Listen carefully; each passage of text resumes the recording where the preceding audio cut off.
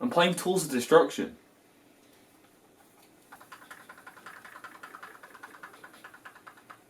It's fun.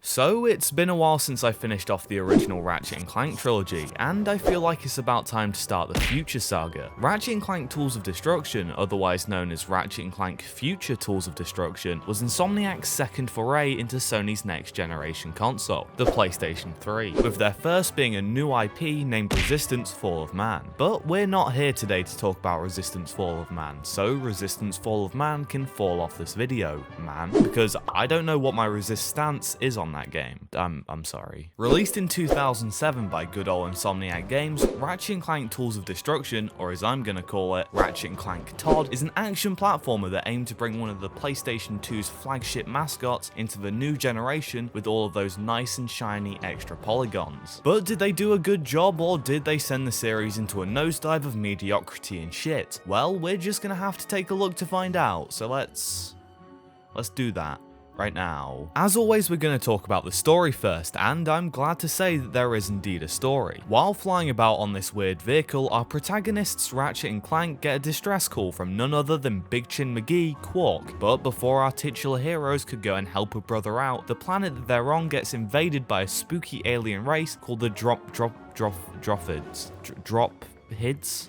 Dudes. I'm just gonna call them Drop Dudes. I don't know how to say it. I don't know. It's revealed that this funny looking crab bloke named Emperor Percival Tachyon, who is the last of his species, is hunting Ratchet down because he's a big old racist and isn't a fan of the Lombaxes. As always, Ratchet and Clank manage to escape that kerfuffle by stealing a ship and crash landing on a distant planet where they get knocked out. While knocked out, Clank starts to trip balls and sees these floaty dudes who tell him some cryptic shit and then bugger off. After talking to a smuggler bloke who seems to pop up everywhere in this game, the duo gets stranded on another invaded planet where, after taking what was probably a bit too much PCP, Clank starts tripping balls and sees those floating buggers again. But this time they leave him with a little gift in the form of these weird bug wings that allow him and Ratchet to fly about every so often. Once again, they manage to escape the invasion and spend some time planet hopping and find a nifty old ship to call their own. After fighting in a gladiator-style arena, we find out that Quark is teamed up with Tachyon, but he's totally still a good guy, so he gives Ratchet a video that sends them all over the place before finding out that Clank can now shoot lasers out of his back and that there's this lady and two robots who are pretty chill. Whilst talking to these new friends, Ratchet and Clank determine that the best lead that they have to finding out more about the Lombaxes and stopping Crabman is these space pirates, so they go and break into the pirates base. After recovering an artifact, Ratchet and Clank are forced to hide when the pirate captain Slag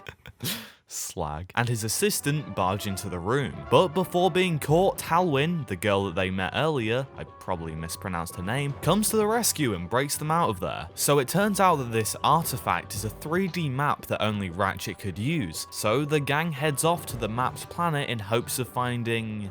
I actually don't know, the story is fairly convoluted. Once the gang arrives at the location from the map, they find that there's nothing but a video which reveals that there's a secret Lombax helmet called the Dimensionator. Not knowing what exactly this helmet is, Ratchet decides that they should probably go and check it out for shits and gigs. Could be a laugh. While searching for the Dimensionator, Ratchet and co find out that Tachyon, that evil crab bloke, was frozen as an egg, causing for him to go unseen when all of his species got exiled. His egg was eventually discovered by a Lombax who raised him until he found out about his heritage and waged war against the Lombaxes. Kind of a dick move. After searching around some more and fighting off a few goons, Ratchet finally finds the Dimensionator, but Captain Slag...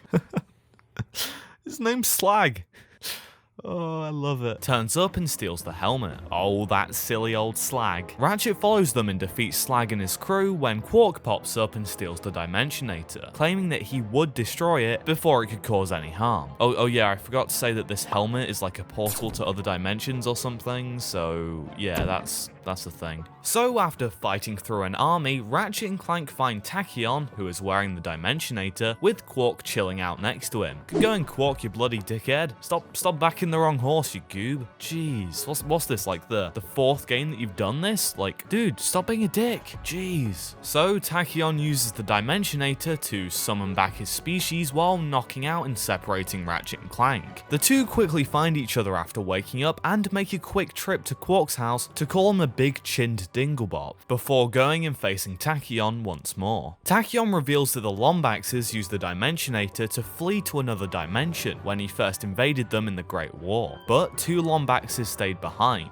an infant, Ratchet, and his father, who was the owner of the Dimensionator, and supposedly got killed by Tachyon after sending Ratchet to Veldin. That's the place in the first game. It's like it's going full circle. It's going full circle. Ratchet getting sent off to... Oh, that's nice. Being the swell guy that he is, Tachyon opens a portal to the dimension that the Lombaxes ran off to, and offered to let Ratchet go and live with his people. But Ratchet says, fuck that noise, I'm gonna mess you up, me laddo, and goes ahead and defeats Tachyon, who reveals that he knows more stuff about Ratchet's past before getting sucked away into another dimension. Sadly, the Dimensionator was broken and Ratchet was unable to fix it, but at least the galaxy is saved thanks to Ratchet and Clank. Oh yeah, while they're dealing with the aftermath of the battle, Clank gets willingly kidnapped through a dimensional portal by the Sony, those floating fellas from Clank's fever dreams, thus separating the duo once more and setting up the events of the next couple of games. Overall, the story here is, well, it's a lot to take in all at once, as they're basically telling 3 stories at once, but despite this, I actually really like it. Sure, it's convoluted and so on, but it's interesting and it's held up by some great writing and voice acting. One of the only gripes that I have with the story is Tachyon kind of isn't memorable in the slightest and seemed to only be there to give the game a final boss battle. Even his design's kind of just meh, but all in all the story's pretty good. I like it.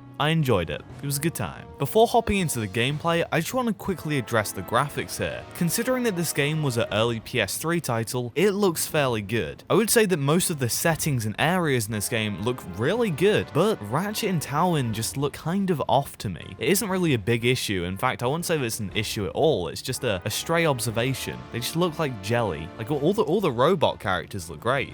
I love how they look. Slag looks fantastic. Ooh, Slag, you are looking fine. But Ratchet and Talwyn, guys, you look like jelly. You look like jelly people. It's kind of weird. Alright, onto the gameplay. As you may have expected, the core gameplay here is incredibly solid and insanely fun throughout this 14 or so hour game. All of Ratchet's movements feel fantastic here, and all the weapons feel really satisfying to use. And there's actually a few really solid platforming segments here, which is really refreshing to see in a Ratchet and Clank game. As always, you have a crazy roster of weapons for Ratchet to use at his disposal, which can each be leveled up 5 times, and upgraded in the shop to get extra bonuses like more ammo and higher damage. Everything from the buzzsaw gun to the electric whip are genuinely a blast to use, and I would find myself using weapons that in any other situation I wouldn't use, just so I could level them up and see what crazy ability they got when at max level. Alongside the multitude of weapons, you're also able to buy upgrades for Ratchet's armor and buy these limited use gadgets like Mr. Zircon. I actually kind of dislike how instead of making the gadgets standard weapons, they went this route, as I would have loved to use these much more and actually level them up. It's just a little gripe, but an issue nonetheless. Usually I wouldn't talk about this, but I feel like I should quickly cover it. I would say that this game has some of the weakest boss battles in the entire series. Not only are a lot of them bland and uninteresting, but they also decide to reuse the same boss battle about 4 times throughout the game. This might not sound like a big issue, but the boss is insanely easy, making for it to just be a minor irritant whenever it pops up. I don't know, it's just a little gripe I had. Take it with a pinch of salt. Go on, just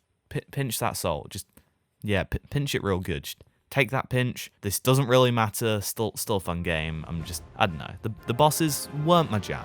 Not my jam. I don't want to spread those bosses on this loaf of bread. I've got this loaf of bread here. I'd put jam on it, but I wouldn't put these bosses on it because they're not my jam. So I've said this before and I'm going to say it again. One of the most important things in a Ratchet and Clank game, to me at least, is the worlds and exploration. And luckily for me, the worlds in this game are fairly solid for the most part. The only real issue that I have with some of the planets is the fact that there isn't too much variation in terms of design, and a few of them look somewhat similar to each other. other, but on the whole, they're pretty good. I would say that they aren't as good as Ratchet and Clank 1's planets, but they're still good nonetheless. Scattered throughout these worlds are a few things for you to search for and collect in the forms of gold bolts, which allow you to purchase skins for Ratchet, holo plan guides, which are used to obtain the Rhino, and also some optional items such as the Box Basher 2000. The amount of nifty things for you to find and the rewards for finding them are really fantastic here, giving the player a great reason to satisfy their adventurous itch, and I think that's pretty darn good. Now, there are a few gameplay sections that deviate from the usual running about and blowing shit up, one of which being the spaceship segments. I don't really like the spaceship segments. I never have, and I don't think I ever will. All you really do is barrel roll across the screen while holding down the fire button and wait for the monotony to end. There really isn't much for me to say, it kind of feels like you're eating a really nice slice of cake, but in between the bites of cake, you're forced to take a sip of liquefied mayonnaise. For the most part, the game's really good, but it has some mayonnaise to accompany it. The spaceship segments are the mayonnaise. It's not nice. The other gameplay variants here all make use of the 6-axis controller for the PlayStation 3, forcing the player to tilt it and wiggle it about like a beefy Wiimote. These segments are often just, hey, tilt the controller to guide where Ratchet is falling or gliding, and tilt this board to move this ball into places by waggling your controller around like a tit. These sections are by far the worst parts of the game, as they're just dull. It also doesn't help that the in-game response for tilting the controller often felt really slow, meaning that to make a quick turn, you would basically need to turn your controller upside down. It's pretty silly and kind of feels like Insomniac were just testing out the new hardware and seeing if they could implement it into gameplay. Overall, while this isn't my favorite Ratchet and Clank game, and while I would say it's one of the least memorable in the series, it's still a really fun game throughout, but it's slightly let down by some of the gimmicky 6-axis segments and the cursed ship areas. If you're looking to get into the Ratchet and Clank series, I probably wouldn't recommend this game, but if you've played a different Ratchet and Clank game and enjoyed it in any way, shape or form, then go pick this up, and considering this was Ratchet and Clank's first foray into the PlayStation 3, it's pretty solid. You'll probably enjoy it. So on my super duper legit crazy spectacular insanely amazing list of personal favourite to least favourite Ratchet and Clank games out of the ones that I've reviewed thus far, Todd is gonna sit right about here. Get comfy, Todd, you might be there a while. Bloody Todd. So the next Ratchet and Clank game that I'm going to be taking a look at is A Quest for Booty. It should be bootylicious.